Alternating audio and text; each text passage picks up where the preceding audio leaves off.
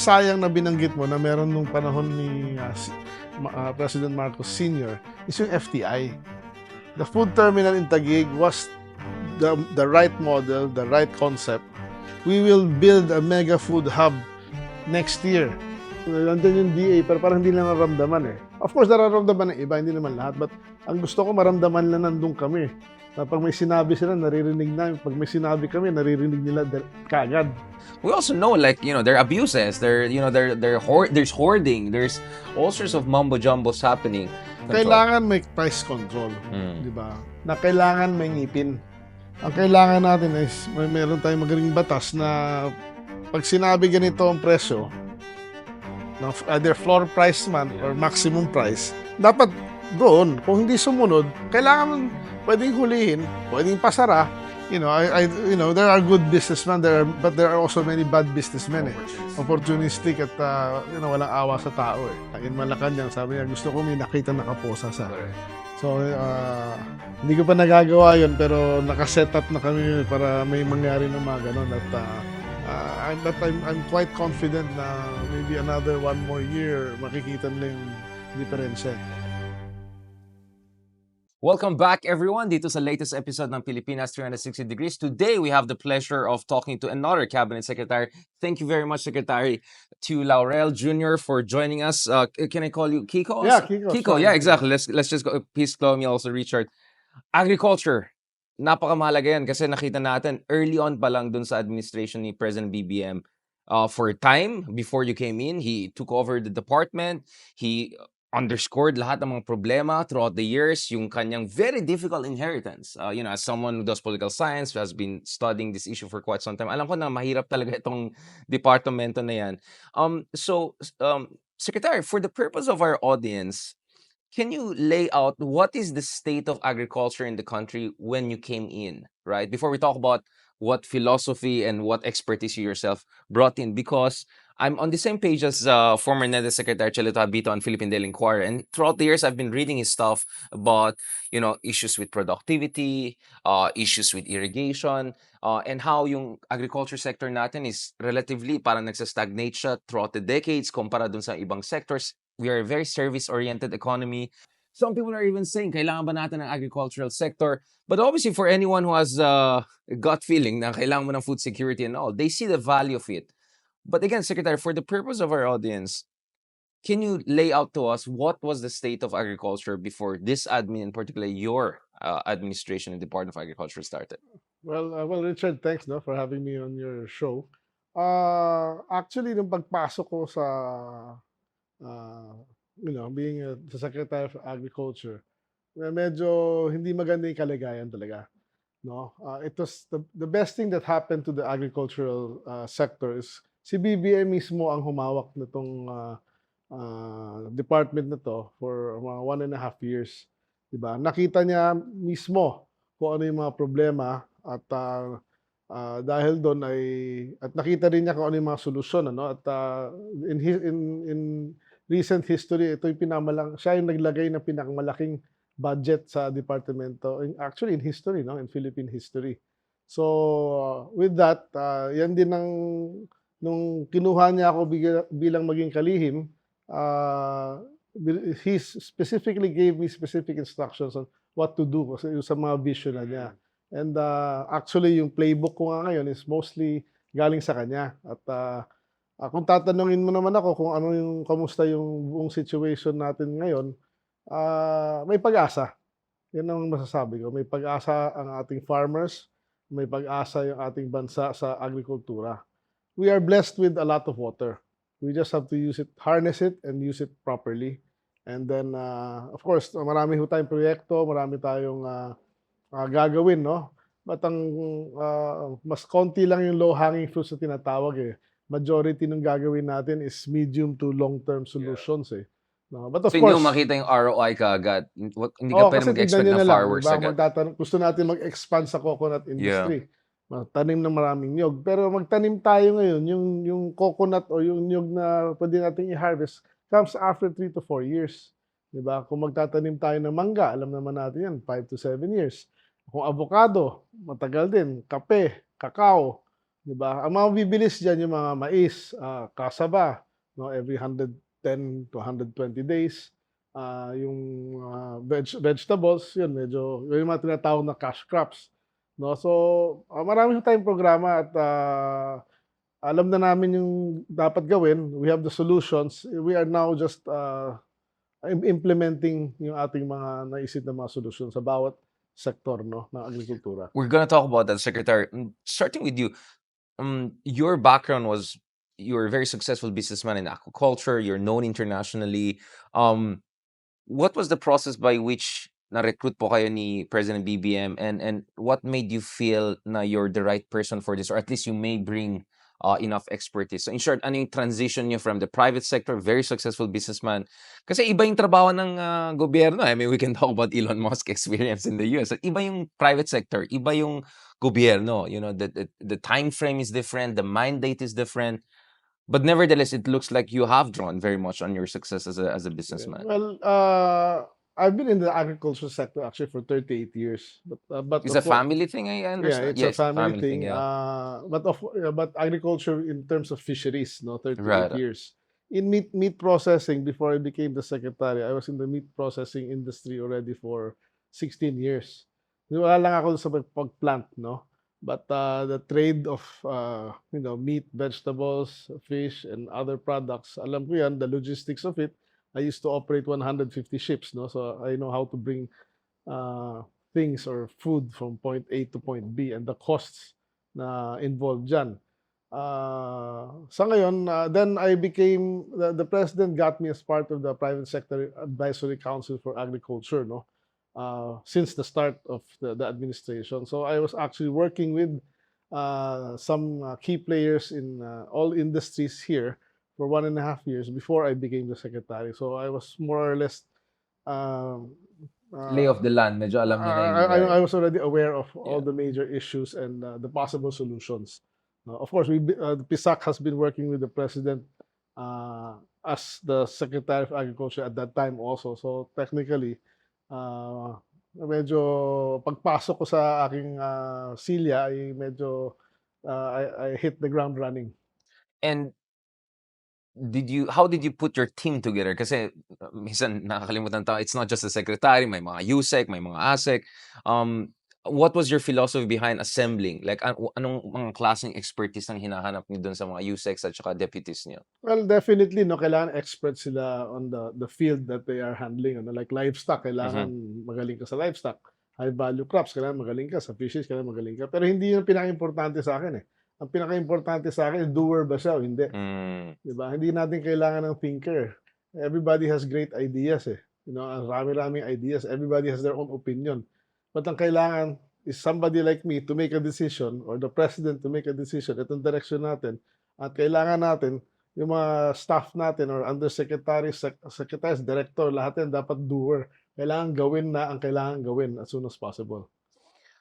So ang basic implication is dyan is marami tayong naging expertise throughout the years. I mean, the Philippine Rice Institute is among the best in the world. Wala tayong pagkakulang pagdating sa siyensya. UP Los Baños has been a bastion of scientific research.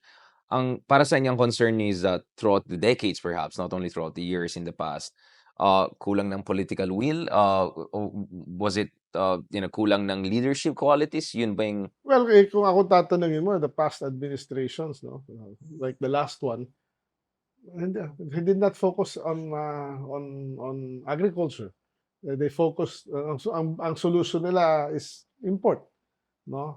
Rice tarification law? You want to talk about that? No, Yeah. not rice tarification. It's import of everything. Everything, yeah. Of everything na to stabilize everything, no? Ang sa akin, import should always be the last resort.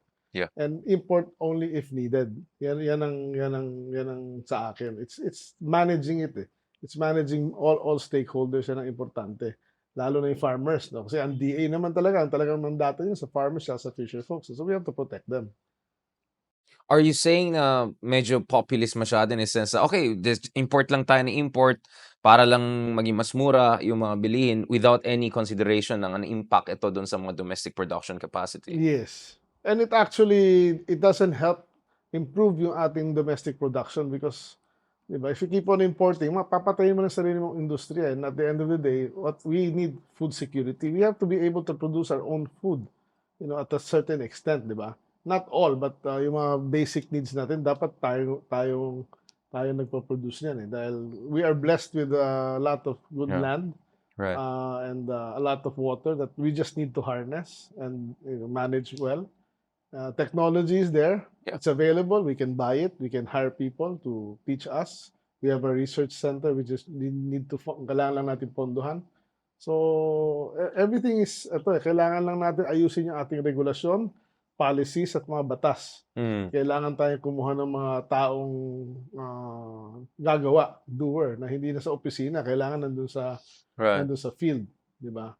Malaking problema ko rin, if you don't mind me saying, Please. is ang nangyari, not to hit anybody, but Yeah. this is my personal opinion.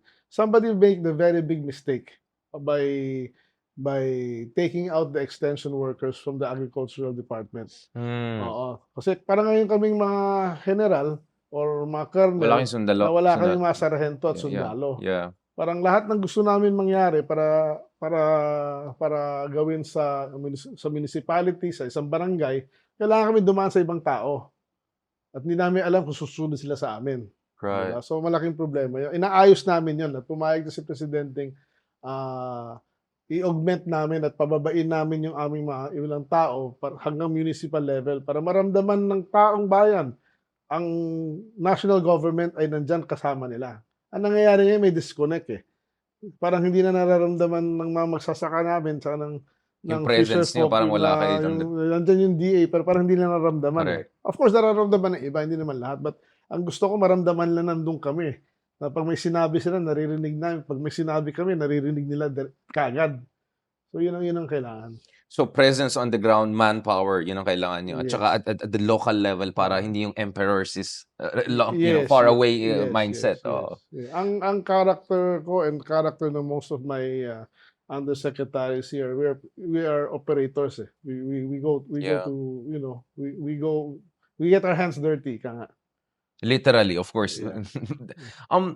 Kanina pinag-usapan ni Secretary itong issue ng import lang na import para lang in theory bring down the price. Sometimes it doesn't work kasi actually nagbe-benefit yung mga importers, mga middlemen. So hindi mo lang pinapatay Yung mga taong hindi nag-i-invest. Exactly. Laway lang at pera. Yeah. So import-export business people. Mm. I want to go back to the rice tarification law issue because very controversial ito. Mm. Marami mga pag-aaral na kita natin na hindi siya naging epektibo in terms of bringing down the cost and definitely hindi siya tumulong in terms of making us more food self-sufficient over the past half a decade, some would say.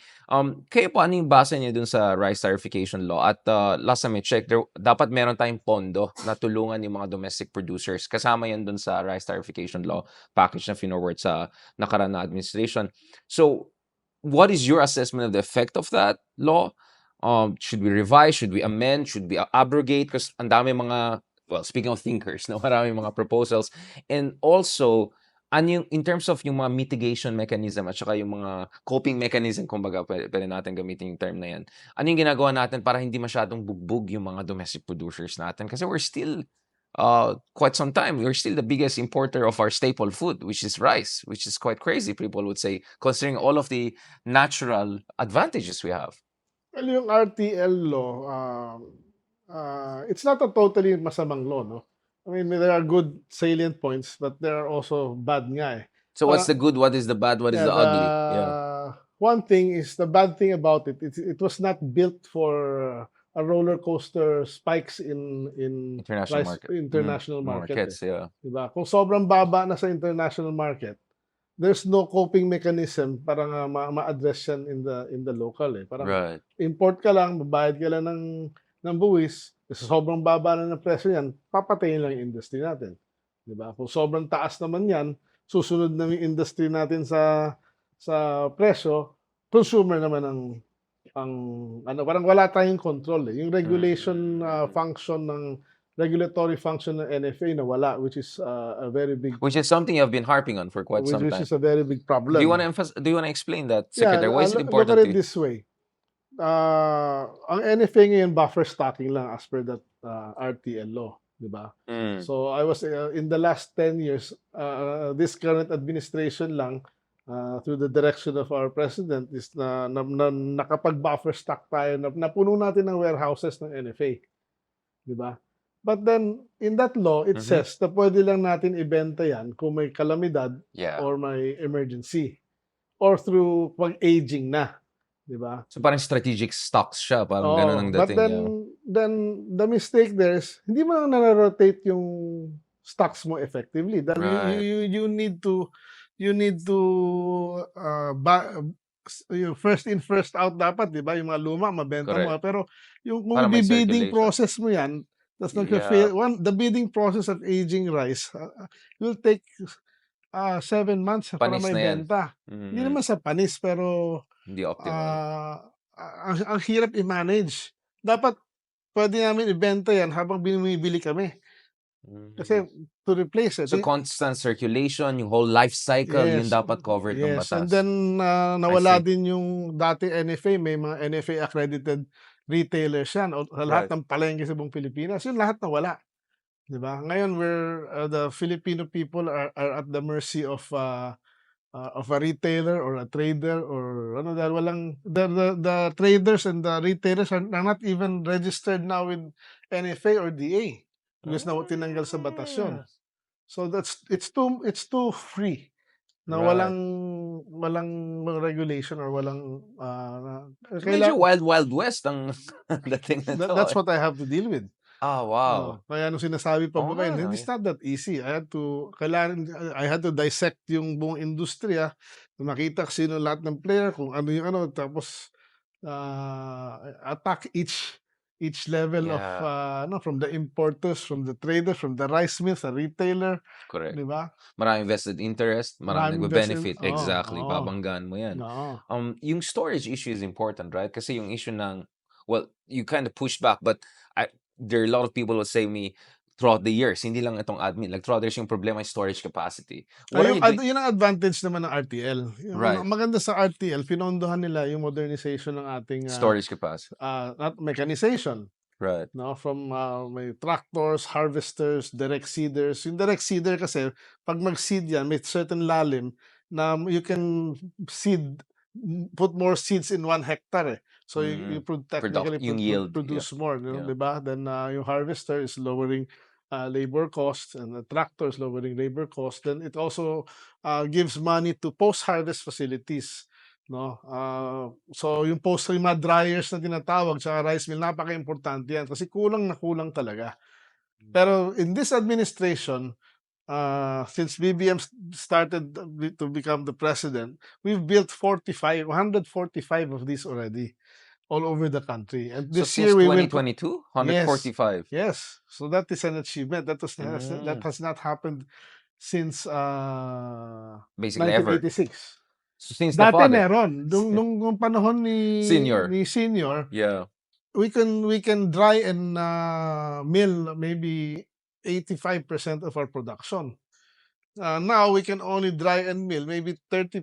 Wow. Dry pala maybe 20% of our production 20%. lang. From 80 to 20%. Ganon kalaki yung baksak in terms of capacity natin. While lumalaki yung population natin, while lumalaki yung mga Kaya karamihan pangailangan ngayon natin. ng palay natin na nadadry sa kalye, sa basketball court, yun. So yun, kailangan mawala yun. Kasi nawawala sa atin doon is mga 5% hanggang 7% sa recovery. So ibig sabihin, kung meron tayong dryers at silo, the farmer can earn 5 to 7% more. Which is big. It could make all the difference, right? Yes. Kasi yung mga magsasaka natin ay hirap na hirap na. I mean, I saw numbers. I don't know, correct me if I'm wrong. I've looked at ADB studies, different studies. Lampas sa 50 yung average or median age ng mga ibang farmers. 57 yata. 57. Yeah, I mean, almost senior na, di ba? I mean, that's quite alarming na parang hindi na pass down sa next generation. Maraming mga anak ng mga magsasaka, they rather go into the different sector. It's so unfathomably impossible yung sitwasyon ng ating mga magsasaka. So I suppose basically when you meet them, they're your peers. Just kidding. Totoo yun.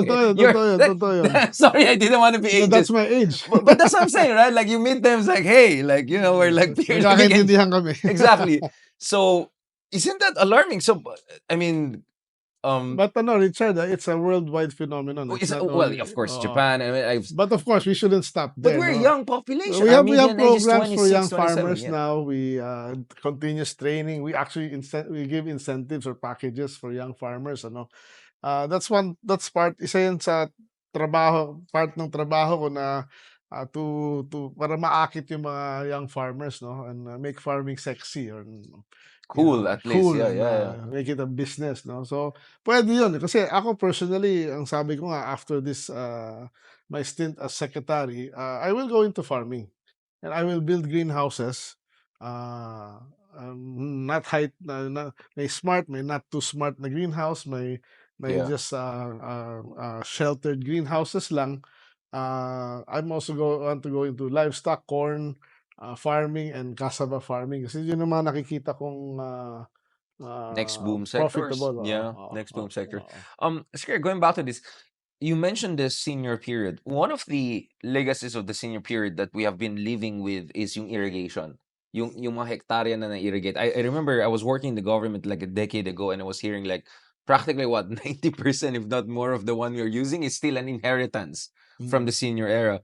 How are we doing on the irrigation front? Kasi kung walang irrigation, Well, walang farming basically. yun din because si PBBM mismo naging sekretary ng agrikultura at naging under sa Intern, kanya yung NIA, dinagdagan niya yung budget ng NIA dahil nakita din niya talaga ang kulang. No, dati yung budget ng NIA baka 20 billion a year lang, no. When I went in, ang budget was 70. Last year yata, this year yata was 80. So ang laking dagdag. When I entered November 2023, ang kulang natin sa irrigated areas is 1.2 million hectares. As of my last report last week, it's mga 1.1 na lang. Oh. So gumagalaw, di ba? Mm. So siyempre mas gusto ko mas mabilis pero we have to work with what money Limitations, yeah. we have, no. Pero ang isa pang sayang na binanggit mo na meron nung panahon ni President Marcos Sr. is yung FTI. The food terminal in Taguig was the right model, the right concept.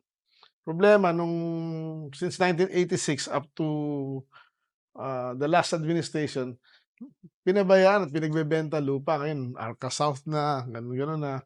Yun ang kailangan. Alam mo, pumunta akong Thailand, nakita ko. I was about to ask about Thailand and yung Vietnam. FTI Yeah. na concept natin, ginawa In-import nila. Yeah, At Vietnam too. ginawa nila and it's so successful. Kaya yan ang isang low-hanging fruit na Yeah. gagawin natin na we will build a mega food hub next year sa January 2026 sa Clark, no? And that is a 50-hectare lot that we will cover 35 hectares para maging mega new food hub for the north. So then we will also put a mega food hub in the south. Then of course Mindanao, Iloilo. That is the solution para matulungan talaga yung mga farmers natin na makadiretso at mabawasan ng traders. No, so that's a law, and I plan hopefully matapos namin yung first mega food hub by mid 2027. Mid-2027. So these are the legacy years of President Yes, BBM, diba? yes, yes. Kasi, of course, yung konteksto din ng conversation natin ngayon is, by the way, congratulations for being reappointed. like you were Thank not you, thank you. axed. It means maybe you're doing good enough.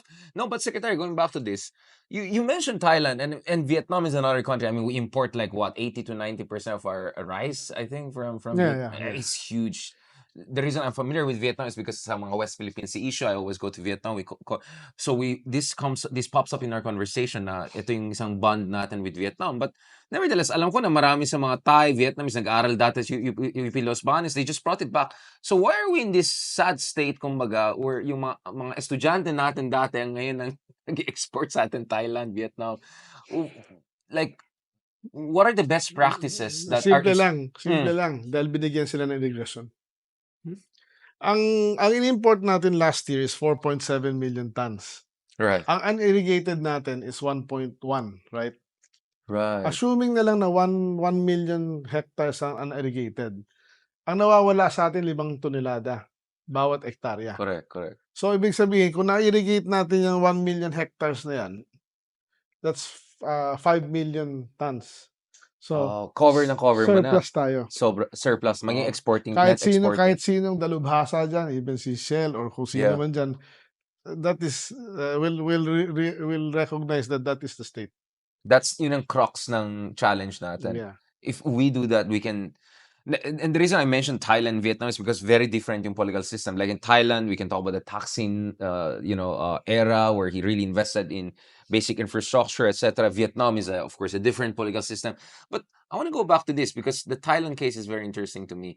There was a lot of infrastructure. I mean, pag pumunta ka sa mga probinsya sa Thailand, napakaganda yung aspalte ng roads. There's a healthcare program. Kumbaga, all the critical basic infrastructure is there, right? Ano yung ginagawa natin on that front in terms of providing financing, infrastructure? I know limited yung fund yun, and this covers multiple agencies. It's not just your agency.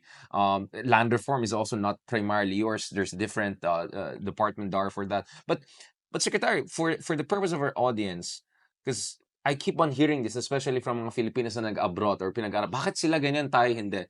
What are we doing to develop rural, in terms of rural development and overall infrastructure development? Because minention ni BBM yan sa pinakauna niyang State of the Nation address. And nakita ko, even yung mga kritiko ng President BBM, I didn't vote for him, right? But sabi ko, that was good. Like, I was very happy when he raised the issue ng agriculture, rural development.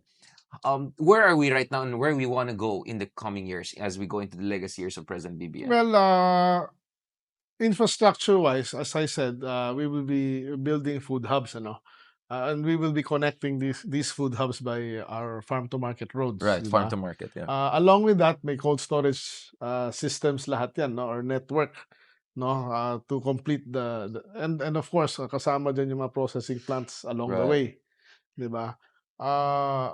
But then, yan yung part ng from the farm to the market, di ba?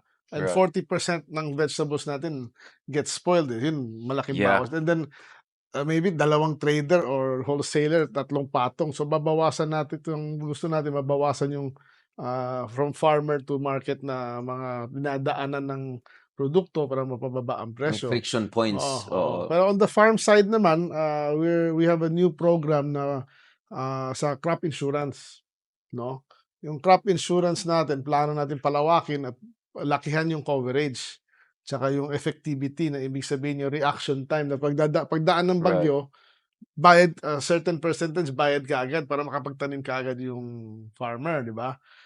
Sa credit naman, meron tayong agrisenso, meron tayong agripuhunan na we're trying to implement that, but we're seeing some challenge along the way dahil You want to mention that kasi you have your own PPP version, right? Puhunan at Pantawid program. Yeah. Agri version. Yeah.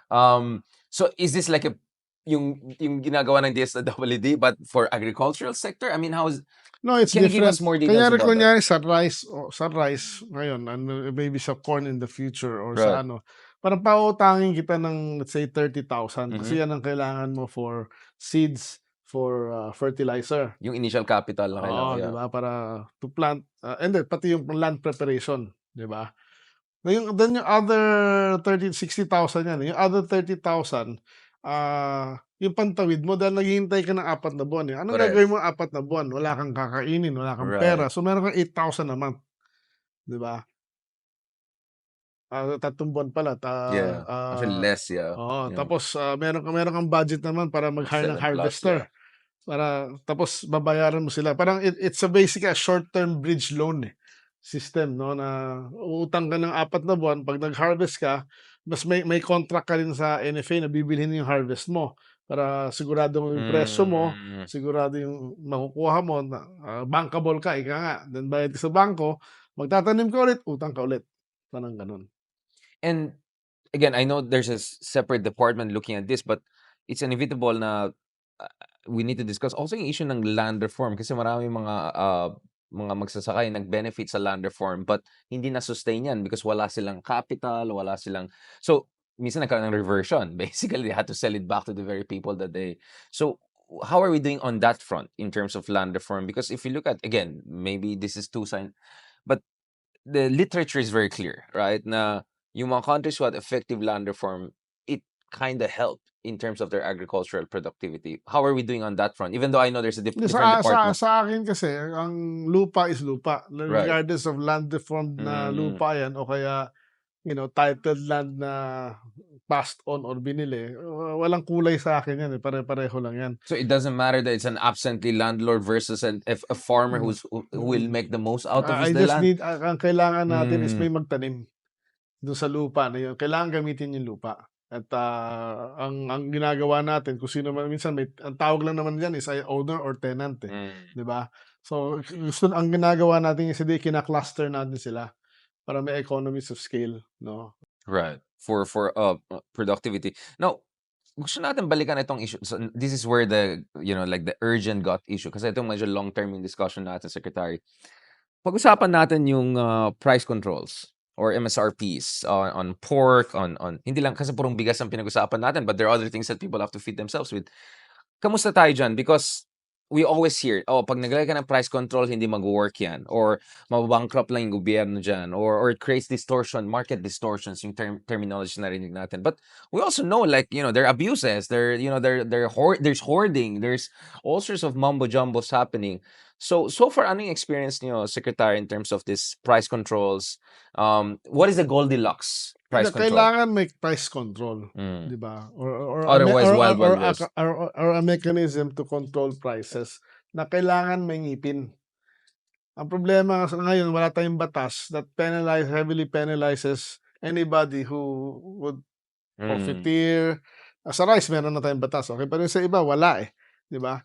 Wala tayong batas in terms of the hoarders, profiteering. May price, It's- meron tayong batas pero hindi It's- gano'n kadaling i-implement, eh, 'di ba? Ang kailangan natin is meron tayong magaling batas na 'pag sinabi ganito ang presyo ng either floor price man Yeah. or maximum price, dapat doon. Kung hindi sumunod, kailangan puwedeng hulihin, puwedeng pasara, puwedeng, of course kailangan mo ng imbestigahan ng konti, Due process, due yeah. process naman, pero kailangan may gano'n, eh. Kung hindi, Aabusuhin talaga. aabusuhin talaga, eh. And, there are good businessmen, but there are also many bad businessmen, eh. Opportunistic Opportunistic people. Yeah. at, walang awa sa tao, eh, 'no? Kaya yun dun medyo na ano talaga ako, I'm not as a businessman, I know yung profits nila, Yeah. 'di ba? Kung meron nakikita kong sobra naman, hindi naman dapat. Sige, okay, let's talk about that because yung smuggling is a serious issue. Not long ago, there were some confiscations. From some of the data I've heard, like so far into your term, which is barely 2 years-ish, mukhang mas marami kayong nahuli by multiple factors than the entire previous administration, for instance. And well, How are we doing on that front? Yeah. Well, that is one of the biggest, or well, not biggest, one of the primary mandates of our president, Yeah. na hulihin niyo yan. Pero meron nga siya sinabi sa akin na hindi ko pa nagagawa, pero malapit So may na. fireworks na parating. Oo, kasi ang sinabi mismo sa akin after my oath-taking in Malacanang, sabi niya, gusto ko may nakita nakaposa sa. Correct. So, hindi ko pa nagagawa yun, pero nakaset up na kami para may mangyari ng mga ganun. At actually, as we speak, meron kaming 2 warehouse na naghihintay lang ng search warrant. I-re-raid niyo? Ni-raid na, pero Ni-raid na, ayaw buksan yung Oh. binuksan lang yung gate, pero meron palang hidden mga cold storage sa loob na unregistered. Ayaw pa buksan yung nakapadlock unless may warrant. That was 2 weeks ago. Today, meron na naman 2. Tapos meron kaming container na huli sa Cagayan de Oro na tingin namin onion na laman. Sa Manila Port, may 6 na container din kaming pinahold na tingin namin na onion. Meron din isda na kami nakita. So tuloy-tuloy at I'm happy to say na in last year, ang total value ng nahuli namin is 2.8 billion, which is the highest in recent history. Yung previous admin was lang 600 million or something. 600 Yeah, something million, like that. Yeah. something like that. So, Mukhang busy sila with other this things. year, naka 400 plus million na kami. And you think you're gonna escalate that accordingly? Kasi well, tingin how ko big is the problem? Tingin ko bababa naman ng konti. Kasi last year was my first full year, eh. So marami Kaya- tingin ko marami na natakot. Ngayon, malalakas ang loob at kaya may mga connection sila na Right. nangangako sila na akong bahala. Sa akin, walang akong bahala. Walang pakiusap sa akin. Kaya, But you have to coordinate with other agencies, right? And secretary. yes. I have Kasi I have to thank interagency I task have to force. thank the Bureau of Customs. No? Yeah. 2 weeks ago, may nahuli sila nakahuli, 4 na container naman ng asukal. Yeah, na nakita ko sa imported. news, yeah. Oo, tapos of course nandiyan din yung NBI, CIDG. Right. Sa CIDG naman mga kakahuli lang namin last week ng mga fake pesticides and Oh, wow. oo, so kasama 'yan, eh. So and fake medicines 'no, veterinary Is there an medicines. interagency task force for this, Secretary? Or Well, meron na maybe, tayong Anti-Agricultural Smuggling yeah, Act at right. meron ng council which have met 3 times already and soon that will be operationalized na yung ano na Yeah. yun 'no at puwede na kami mag-raid using yung LOA nung letter authority nung council na yun. Mas bibilis na. Kasi ngayon we have to go ngayon kagaya ngayon, we have to wait 1 week, 2 weeks for a search warrant, 'di ba? Yun nga eh. That's Natimbrehan too much lead time. natimbrehan na Too much lead and time, yeah. everything. So, Exactly. but we're in the right direction and Mm. this can easily be solved. Ang isang malaking problema pa namin ngayon, as far as agricultural products that using permits ng DA, I can assure you almost wala nang smuggling Right. diyan. Ngayon ginagamit nila yung ibang government agencies permit na hindi namin magalaw, which is usually agri-smuggling, ang permit nilang ginagamit nila ngayon is Food and Drug Administration permit. They are declaring it as kunyari egg noodles, squid, dim sum balls, pero actually laman isda, onions and ano. Yun hindi namin mabuksan eh. Pero ngayon meron na kaming usapan ng FDA, magmo-MOA na with this council, then pag makuha yung authority na pwede na namin pakialaman yan, then almost mauubos yan. I can almost guarantee. Basta bigay lang sa amin yung authority, kaya namin linisin yan. I know, again, this is not primary within the purview of your department, but parating yung sinasabi, and this probably is also your background in aquaculture, marami tayong tubig, but we also face threats, like the West Philippine Sea is an issue, and there are potentially trillions of dollars of resources there. Gaano ka mahalaga na magkaroon tayo ng some sort of stability or security dun sa ating karagatan? I know this is, I mean, I asked this with DFA and other, but I want to also ask from an agricultural standpoint, gaano ka mahalaga na magkaroon tayo ng safety and security in our own exclusive economic Well, zones? I think kung tatanungin mo anybody in this country, I think I'll be one of the top experts in sa West Philippine Sea because Exactly. I've been going there for 38 years. Exactly. Diba? I've personally fished in that area as a young boy and until a young adult, and we've had encounters with the Chinese, we've had encounters with the Malaysians before, some Vietnamese, Yeah, and well, atin yan eh. exactly. Diba? I still remember na meron tayong pangalan pa nun, Commodore Reef, meron tayong mga sundalo dun Yeah. in the past. And tsaka nung umiikot ako nung bata ko dyan, in the 80s, mid to late 80s, wala ka naman makitang barko na insik eh. Exactly. Wala ka makita. It was really just ours, really. Tayo Yeah, lang, yeah, tsaka yeah. may Vietnamese, may Indonesian konti, Pitik-pitik may lang, yeah. pitik-pitik lang. Pero tayo yung majority dyan. Exactly. Wala sila dyan. Kaya they cannot claim that. Diba? Kaya I really don't know what their intentions are, but that is ours. So I really wanted to ask kasi alam ko dahil sa business background mo, you know this area literally, right? Like parang Hindi the lang palm yan. of your hands. Isang beses, nandun kami sa bandang Reed Bank na tinatawag. Naharas kayo ng Oo, tinutukan kami ng kanyon ng Ng China. Navy ship or Yeah. Coast Guard ship nila. Siyempre, kami naman, di ba? Doon lang eh. Yeah. Oo.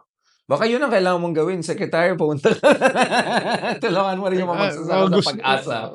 Well, gusto ko nga magtayo ng kadiwa sa pag-asa. Exactly, yun nga eh. I think isa sa mga suggestions ko yan. Yeah. We're going towards the end of this discussion, and then but thank you so much for going, really giving us a bird's eye view. Obviously, I think the penultimate issue really that we want to discuss is this promise na 20 pesos kada kilo. I think this is the most politicized, or one of the most politicized discussion points. Let's just say. Yes. Obviously, the international market situation, domestic capacity building situation, the alignment has not gone in the direction whereby we can bring it down to that significant degree. Nevertheless, there were pilot projects. And you know, to be honest, Secretary, I've talked to people across the country, and some were saying, "Oh, bakit sa Visayas lang? Bakit?" And I explained, siguro naman kasi pilot project lang yun eh. Okay, so what is your experience with the pilot project? Are we moving towards, for the lack of a better term, universalization of that? Na mas lalong-lalo na dun sa mga probinsya na mataas ang food poverty. Because Mm. if you look at the SWS, mataas pa rin ang self-rated hunger natin eh. Oo. And again, this is an inherited situation throughout the years. Kaya nga, I don't like when people politicize it. This is a national problem. We just have to deal with it. So are you gonna have this kind of surgical targeted, but at the same time more and more generalized application of subsidized rice? Yeah, yung as far as stocks is concerned, we have the stocks. As of the moment, meron tayong mga 420,000 tons na yata na NFA purchased rice galing sa ating mga farmers. So, andyan yung bigas eh. Yeah. Palay muna, of course, we're milling as we sell. Kailangan unahin talaga natin. I mean, kailangan natin unahin talaga yung masirap eh. Di Exactly. ba? Siyempre, Targeted. marami na mahirap. Hindi naman natin iiwanan lahat eh. But ang aim ang direction ng ating presidente is majority, if at least half of our population, middle income, ano ba yung tinatawag doon? D, class D. Minimum wage Yeah. earner below ay magkaroon ng access to certain Subsidized rice, quantity yeah. for 20 peso rice, no? Ang pinakamalaking challenge namin diyan is yung sino ba sila? Yung master list na yan, Right. di ba? We're targeting Parang sa PPP, ganun din ang 15 problema. million Yeah. families eh. So 15 million families times 4 people per family, as per PSA 4.2 yata yung ano, that's 60 million people eh. That's more than a little bit more. Can DSWD help you, Secretary Gatchalian? Yeah, We have a working group now with Yun nga. DSWD, PSA, DOLE. So it's an interagency. yes. Ano yung pangalan? Is there a name for that interagency task force? Is there some?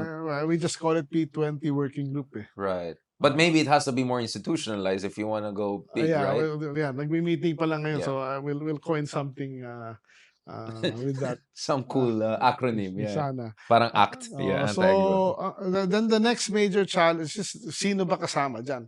Di ba? Although in general, alam namin kung sino, but how Yeah. do you control eh? Di ba? Kasi may mag-aabuso for sure Yeah. na, but we have to make the system simple. Pangalawa is, saan ba ibebenta yan? Sino i-accredit natin? Di ba? Yung distributors. Yung distributors, Yeah. distribution. May kapasidad ba sila magbayad? Yeah. Di ba nila itatakbuhan? Yun, kaya kailangan i-pilot eh, di ba? Gagamitin ba natin yung mga government agencies? Gagamitin ba natin yung mga munisipyo? Gagamitin ba natin yung mga barangay or PhilPost? Di ba, kunyari? So what's the lesson from the pilot? Is this still undergoing study ba yan? Well, yun na nga. Meron tayong pilot through LGUs. We'll see how they do it. Meron tayo through Arcadiwa. Right. And itong Kadiwa. July 13, meron tayo naman with DOLE. Doon naman sa minimum wage earners. Right. So, using yung mga trade unions tsaka yung mga kumpanya na willing to participate and sell rice to their employees, tapos magbabayad sila sa amin. Then we're going to talk to retailers naman, yung Retailers Association, yung mga dating na walang NFA retailers. Right. We'll try to get them together kung nandyan pa sila, no? And see if we can, kasi alam na nila yung sistema eh. Yeah. Yung sistema na dati. So sila pinaka magandang gamitin, no? Of course, that will be in all public markets all over the country. Okay. Oo, And how do you ensure transparency na walang kababalagan na mangyari in terms of contract signing, selection of distributors? Well, it's basically a private sector Public-private partnership. public-private partnership yan. Yeah. And medyo madali naman i-control eh, kasi it's bawat sako alam mo na ilang kilo eh. Di ba? Pag nag-deliver ako sa'yo ng 10 sako na then You can sinabi ng calculate it. disposable, kailangan 50 times 20, yun kailangan yung balik mo sa akin. So hindi ganun kadali mandaya dito sa gagawin because medyo it's a one product. Yeah. It's not hindi siya multiple product. Isang klaseng bigas, isang type of packaging lang. No? Straightforward. Straightforward. To wrap up this episode, Secretary, what do you want to happen? And I'm sure we'll bump into each other in the coming years, but ito sa second half ni President BBM, klarong-klaro si Presidente BBM after election na gusto niya talaga tututukan yung mga really gut issues, fundamental economic issues at talagang food security is easily the top, right? Kung titignan mo yung mga most urgent issues sa mga surveys, pulsation, among others, hindi lang inflation, food inflation, these are always important. Anong gusto niyong legacy, and what are the things that the Filipino people should look forward to in the coming years? On a positive note, cautiously positive note. I know your style is not to hype things. I know you're not a PR guy, like let's do this and that. But I think people also wanna have a sense that things are gonna improve over the years, because it has implications for, well, our politics in terms of faith in the government, but also siguro minsan we're not also giving enough credit to our country. I mean, I always say, I'm critical of all administration. People can look at my work. I've criticized this administration, previous. Pero at the same time, na-realize ko when I go all around the world, the Philippines is being given more attention, more respect, and we're seen as one of the economic dynamos of this region. It's a half empty, half full, or maybe more than half full glass. But where do you want to end in terms of your legacy, and what are the things that people have to look forward to, Secretary? Without hyping it, obviously, yeah. Well, my training is talagang work quietly, do not brag. But anyway, kailangan natin paratingin sa taong bayan na They have to ano-ano. know, yeah, They have exactly, to yeah. know because I'm not no longer in the private sector, nasa gobyerno na. What do we look forward to? Number one, we look forward to more irrigation, definitely. Irrigation, yeah. We have a new program, yung tinatawag kong White Revolution, which is putting up greenhouses, no? Simple greenhouses, and a little bit more depende kung some more modern, some simple, to ensure yung constant production. Kasi like tomato or celery, pag umulan, wala na eh. Pero kung naka-cover siya, umulan man o hindi, may production ka. Di ba? Yung use of technology, like we plan to give out, definitely AI is on the table, no? Kailangan natin yan. Yung simple drip irrigation lang, which will save you 70% of the water, no? Yeah. And kung meron more modern na fertigation, yung precise fertilization. Para walang sayang. Para walang sayang. Yeah. Then, meron tayong mga 17 mobile soil labs matatapos itong June na i-deploy yan by July to all the regions sa buong bansa. Natetestingin na natin yung lupa ng ating mga magsasaka para makita natin ano ba kulang sa lupa nila. Kasi pag mabigay yung tamang nutrients, more production yan. Yeah. At less cost dahil mas konting pataba or lime or anong ginamit mo or konting pesticide. Diba?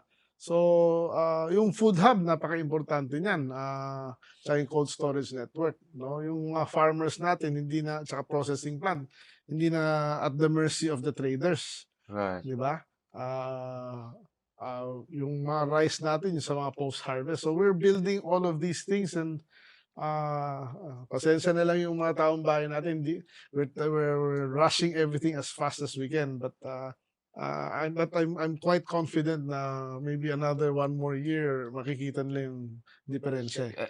And we cannot blame people kasi kung gutom ka, you cannot wait like 10 more years. I understand that in government, it takes time, it's difficult. Thank you, Secretary, for really mentioning the big picture. So hopefully we're not gonna have those crazy onion 600 pesos kada kilo situation again, right? I mean, thankfully we're not there kasi my mom always used to explain, maybe Richard, bawasan mo yung mga, I don't know, Mediterranean food mo na mahilig ka sa onion because it's so expensive. Those crazy days are hopefully behind us for good. On that cautiously optimistic note, again, no hype, Secretary, thank you so much for giving us really an overview of the Philippine agricultural landscape. Again, pwede tayo mag-usap for hours and hours, daming mga granular issue, but sa akin palagay mahalaga for people to at least understand what is the lay of the land, literally and figuratively. On that note, thank you very much for joining us for this latest episode of Pilipinas 360 Degrees.